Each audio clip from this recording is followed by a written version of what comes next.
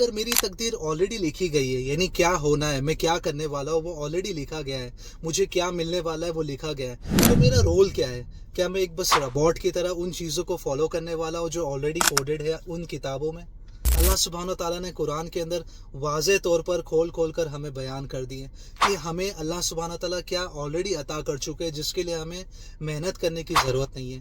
جیسے ہماری ایج کیا ہونے والی ہے، ہماری زمین کون سی، ہماری مٹی کہاں پر ہونے والی ہے، ہم کہاں پر دفن ہونے والے ہیں، ہمیں کتنی اولادیں ہونے والی ہے، بیٹی ہونے والی ہے یا بیٹا ہونے والا ہے، یہاں تک کا لکھا گیا ہے۔ ہمیں کتنا علم ملنے والا ہے کہ ہم کتنی ہدایت پانے والے ہیں، اور ہمیں کتنا رزق ملنے والا ہے، یعنی ہمارے رزق میں کیا کیا لکھا ہے۔ لیکن سوال اب بھی یہی رہتا ہے کہ اگر یہ ساری چیزیں آلریڈی لکھی گئی ہے تو ہمارا پھر اس میں رول کیا ہے؟ تو ہم اسے تھوڑا سا اور واضح طور پر سمجھنے کی کوشش کرتے ہیں حضرت علی رضی اللہ عنہ کے واقعے سے۔ ایک مرتبہ حضرت علی رضی اللہ عنہ نماز پڑھنے کے لیے مسجد جاتے ہیں، اور ان کے جانور جو ان کی سواری رہتی ہے اسے باندھنے کے لیے کوئی کیل نہیں ہوتی ہے، لیکن وہاں پر ایک نوجوان کھڑا ہوتا ہے۔ حضرت علی رضی اللہ عنہ اس نوجوان سے کہتے ہیں کہ میں جب تک نماز پڑھ کے آؤں تو میرے جانور کی حفاظت کرنا۔ پھر حضرت علی رضی اللہ عنہ جب نماز پڑھ کر لوٹ رہے رہتے تو وہ من کے اندر نیت کرتے کہ میں اس فلاں فلاں شخص کو کچھ انعام دے دوں گا، یعنی کچھ پیسے دے دوں گا۔ لیکن جب وہ باہر آتے ہیں ان کے سرپرائز میں یہ ہوتا ہے کہ جس شخص کو انہوں نے اپنے جانور کی حفاظت کے لیے دیے تھے وہ شخص نہیں ہے، اور ان کے جانور کے اوپر کا جو زین ہوتا ہے، جو سیڈل ہوتا ہے، وہ بھی نہیں تھا۔ حضرت علی رضی اللہ عنہ تھوڑی دور جب جاتے تو دیکھتے کہ سیم وہی سیڈل جو ان کے جانور کے اوپر تھا وہ کسی اور کے جانور کے اوپر ہے۔ تو حضرت علی رضی اللہ عنہ اس آدمی سے پوچھتے کہ تمہیں یہ سیڈل کس نے دیا، تمہارے پاس یہ کیسے آیا؟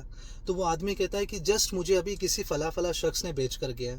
تو حضرت علی رضی اللہ عنہ اس سے پوچھتے کہ تم نے اسے اس کا کتنا پیسہ دیے؟ تو وہ کہتا ہے میں نے اس کا 2 درہم دیا۔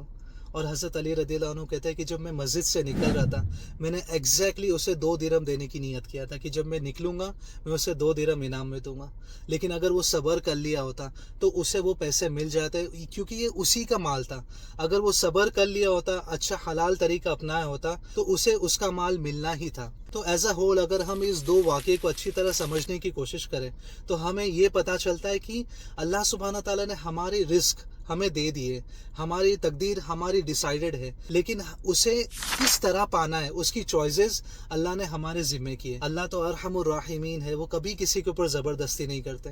تو اس چیز کے اوپر کیسے اپنے بندوں کے اوپر زبردستی کریں گے؟ اگر آپ اس چیز کو سمجھ لو گے اور اس حدیث پر یقین کر لو گے کہ تمہارا رزق تمہیں اس طرح ڈھونڈتے ہوئے آئے گا جس طرح موت انسان کو ڈھونڈتے ہوئے آتی ہے، تو ہمارے اوپر سے ایک بہت بڑا بوجھ نکل جائے گا۔ یعنی آپ کو اتنی کلیئرٹی مل جائے گی کہ چاہے میں ڈاکٹر بنوں، وکیل بنوں، یا چاہے جو ہمارا مودی کہتا ہے کہ ٹائر پنچر والا بنوں، میں کچھ بھی بنوں، جو میرے رزق میں لکھا ہے، جتنا میرے نصیب میں لکھا ہے مجھے وہ ملنا ہی ہے۔